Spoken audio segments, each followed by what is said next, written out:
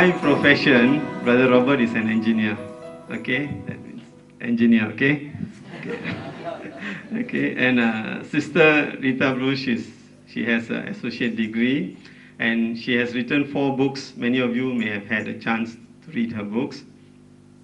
What's more important is, before we started, during the few minutes gap, they were talking about a little bit on Swami, right? They have spent 28 years with Swami. 28 years, okay? I mean, they have lots and lots of experience and lots of stories to share. Other than the workshop, they could keep you awake all night, with those leelas of Swami. So that's really wonderful. They generally spend about half a year, about 6 months in India each year. And of course, since they were here since the 2nd of March, we have really enjoyed their company.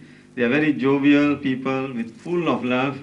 And if you all want to share something with them, invite them to the ice cream parlor. Okay, okay, with that, please welcome Sister Rita Bruce and Brother Robert Bruce.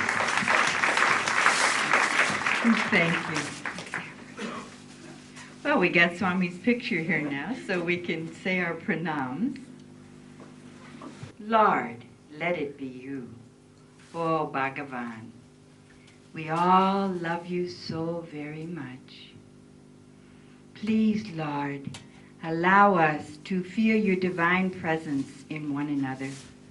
Open our hearts so that we can learn to be pure, flute-like instruments like you.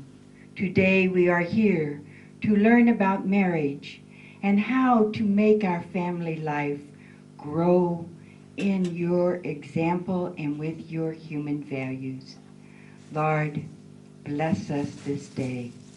Give us the strength to put what we learn into practice. Amen. Well, one of 2 things will happen today for all those who are not married. You will run home and say, Mommy, Daddy, I want to get married. I want to start rubbing my egos right away so I can become self-realized. Or you will run home and say, Mommy, Daddy, I'd rather be celibate and all alone the rest of my life so I can be self-realized. So one of the extremes will happen.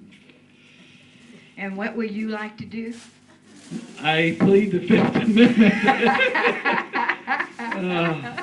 You know, Swami has taught us a great deal. But even before Swami came into our life, we were about 32 years of age, 31, 32, and we had a crisis in our relationship, which then turned us to Eastern religion, Eastern thought, a lot of inner work, a lot of communication started then.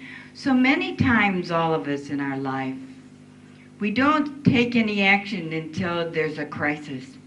And Swami, when he instructed us to do the Satyasai parenting and the Satyasai marriage workshops, he said, give this to the young adults. I said, the young adults, Swami? He said, yes. He says, you give them both programs, the same program that you give the parents, give to the young adults. So, you see, I think the Lord wants the young adults to be prepared for when they have a relationship and get married and have children. They want them to have a fuller understanding than most of us have. I never took any courses on marriage or on raising children. And it's the 2 most important jobs that we have. It is the longest investment that we make, the most costly investment that we make. And we have absolutely no No instructions or teachings on it. Wait a minute, this is part of your talk. No, this is my introduction. No, I'm doing the introduction. You're going to do the introduction? Yes, dear. And you forgot one important thing that Swami said. What? When the young adults break into groups, the young adults who are not married cannot sit together, the girls and the boys. The girls can sit with men who are married, but not men who are not married. Okay? And the boys cannot sit with girls who are not married. Swami was very strong when he told us this. So, since I don't know and she don't know who isn't married, if you happen to see a guy and a girl who aren't married sitting at the same table together, kick one of them out. Gently and sweetly. If you can't oblige, you can speak obligingly, right? Now, when you break into groups, for those that weren't here before, and sit at the tables, there's a group memory keeper who takes notes from the group what you're doing. That does not mean the person is in charge. Okay? It doesn't mean it's a girl because it's a secretary writing notes, guys. We don't want any of that male chauvinism thing out there. We all share because we're equal.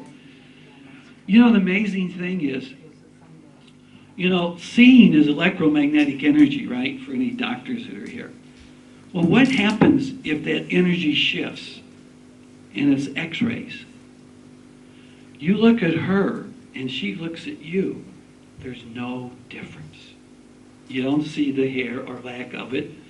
You know, you don't see dark hair, light hair. No, you know, you're identical. Isn't that amazing? If we just shifted our vision energy to X-ray, we'd all be alike. And Swami says, why don't we look at each other that way?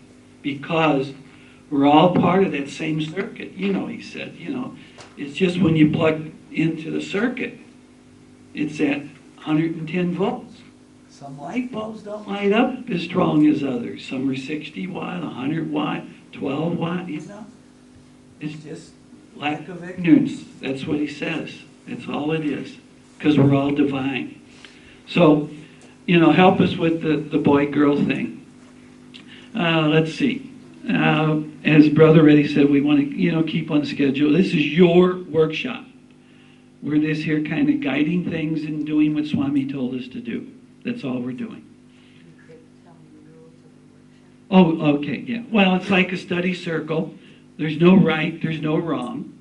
You know, and it's a